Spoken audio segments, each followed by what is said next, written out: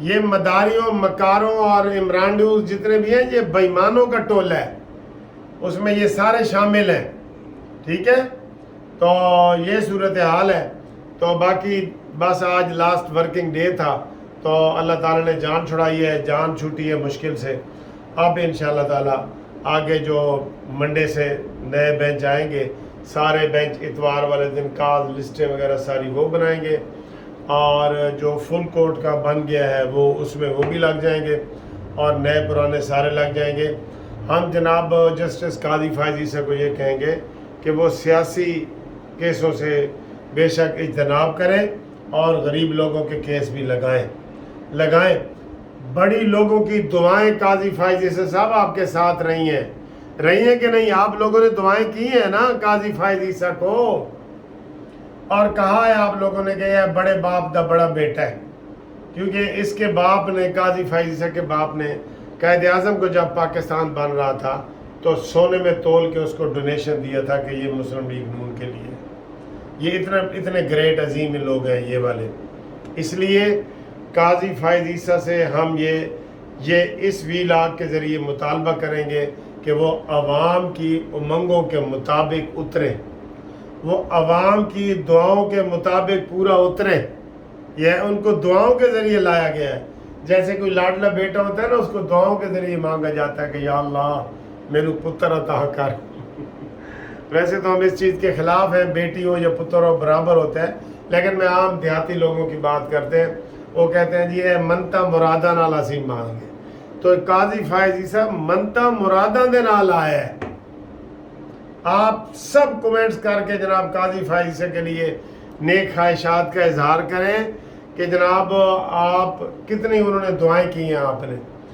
آج ایک سیاہ دور کا خاتمہ ہوا ہے، وکیلوں کو چاہیے کہ وہ عطا بندیال کے خلاف یوم نجات کے طور پہ منڈے کو منائیں۔ میں نے کتنی تجاویز دے رہا ہوں کہ سپریم کورٹ کو عرق گلاب سے دھوئیں، سپریم کورٹ کو تیزاب سے دھوئیں، سپریم کورٹ میں کل خوانی کریں، فاتحہ خوانی عطا بندیال کی کریں، اور اب ایک تجویز دے رہا ہوں کہ جناب علی سپریم کورٹ کے یہ عطا بندیال کے جانے کا ہمیں یوم نجات کا اعلان کرنا چاہیے۔ کتنی میں نے تجاویز یہ دی ہیں پاکستان بار کونسل کو، ٹھیک ہے نا جی۔ اور اس کے بعد وہ ساڈا چھوٹا منا بلاول بھٹو، وہ خواہ مخواہی جناب غصے میں آیا ہوا ہے، اور انہوں نے کہا جی کہ میرے جو اعتراضات ہیں، تحفظات ہیں، جو لیول پلینگ فیلڈ ہے اس کا میں نے صدر زرداری کو کہہ دیا ہے، ہوں صدر زرداری خود مطالبہ کر کے تو اے چیزیں کرے، ٹھیک ہے۔ اس کے علاوہ رانا ثناء اللہ نے جو کہا ہے کہ جناب نواز شریف صاحب بھرپور طریقے سے آ رہے ہیں، ابھی ہمارے دوست جن کا میں نے ذکر کیا ہے چودھری سعید اللہ مدبر، اور وہ ابھی نواز شریف صاحب سے ملے ہیں اور وہ پروگرام بنا رہے ہیں کہ نواز شریف کے ساتھ کتنے لوگ آئیں گے، کوئی ہو سکتا ہے کوئی اسپیشل جہاز بک کرنا پڑے۔ بہت سارے لوگ نواز شریف صاحب کے ساتھ آنا چاہتے ہیں، مانچسٹر، لندن۔ ابھی چونکہ میں دورہ ختم کر کے آیا ہوں نا، وہاں کافی لوگ ہیں جن کی خواہش ہے کہ ہم نواز شریف کے ساتھ پاکستان میں لینڈ کریں۔ آج رانا ثناء اللہ نے کہا ہے کہ نواز شریف آئے گا، وہ قانون کا جناب قانون کو فیس کرے گا، قانون کے مطابق ضمانتیں ہوں گی، اور اس کے بعد جناب نواز شریف صاحب الیکشن مہم چلائیں گے اور سارا کچھ کہیں گے۔